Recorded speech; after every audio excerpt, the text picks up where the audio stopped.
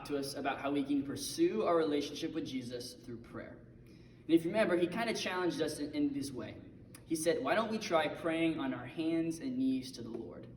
And at the very end of our talk, we talked about how we're going to be reading through the book of Ephesians as a youth group throughout this week. And honestly, I think it's kind of ironic that we chose to read through the book of Ephesians.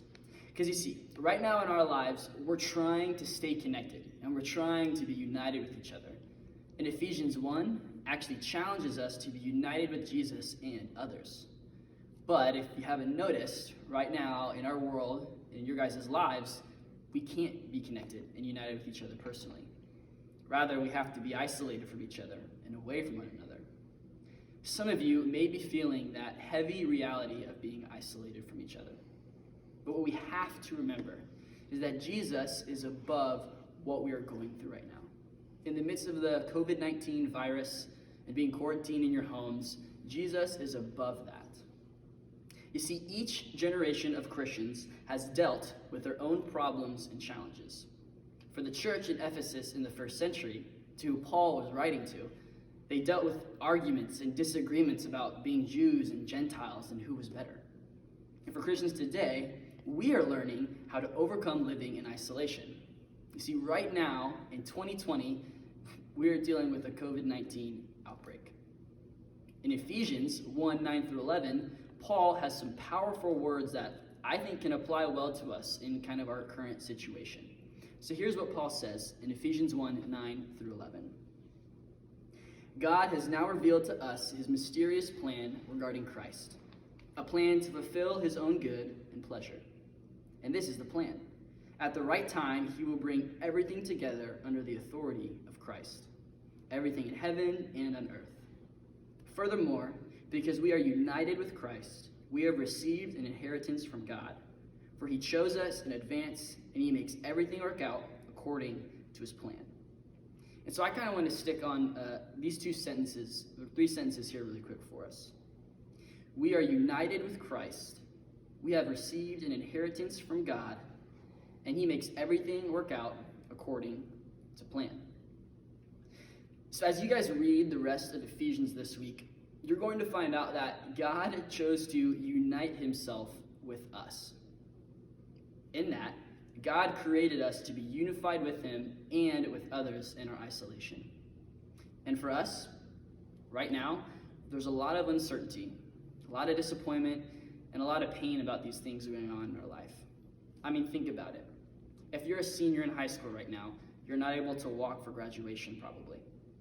Maybe you're not able to finish their senior year of sports that you were so looking forward to. Maybe if you're just a regular student, you can't go to prom this year. Prom got shut down. Maybe you were working a lot to try to make money for your family, to try to support yourself heading off to college, and now you can't do that. For a lot of students, your summer plans got changed up. You can't go on your trips, you can't go on your camps, you can't do your events. And then just in general, you can't go and see and hang out with your friends and have awesome adventures and experiences. And that's really tough. That's disappointing. See, but what we need to remember is that Jesus is above all those things going on in our life right now. Let me read off Ephesians 1:22 for us. God has put all things under the authority of Christ and has made him head over all things for the benefit of the church.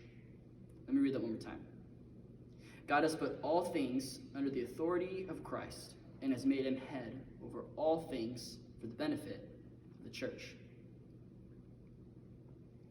We have a unique opportunity to be united in this time of isolation.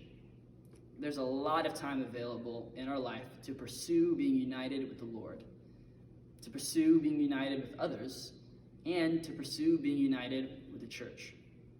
And although that's not going to happen on its own, we have to choose to align ourselves with God and others in this time of uncertainty. And so we want to give you 3 ways that you can practice being united this week. The first would be this. Simply FaceTime a friend just to see how they're doing. No ties of what you have to say or what you have to talk about. Just talk with another and see how each other is doing. Second, read Ephesians. And what we want you to do is to post about it on Instagram. Tag, if you're a high school student, rise.hsm, or if you're a junior high student, tag rally.jhm. And so what we'll do on our end is we'll repost those to our stories So that way you guys can see what each other is taking out of reading through Ephesians together. And lastly, a kind of fun one, we want you guys to plan an hour this week where you're going to be with your family, maybe do a hangout, an activity, or just have some conversations around dinner time, and you have no phones available. No phones at all. Remember, guys, we have a unique opportunity to be united with the Lord, to be united with others, and to be united with the church in our lives right now.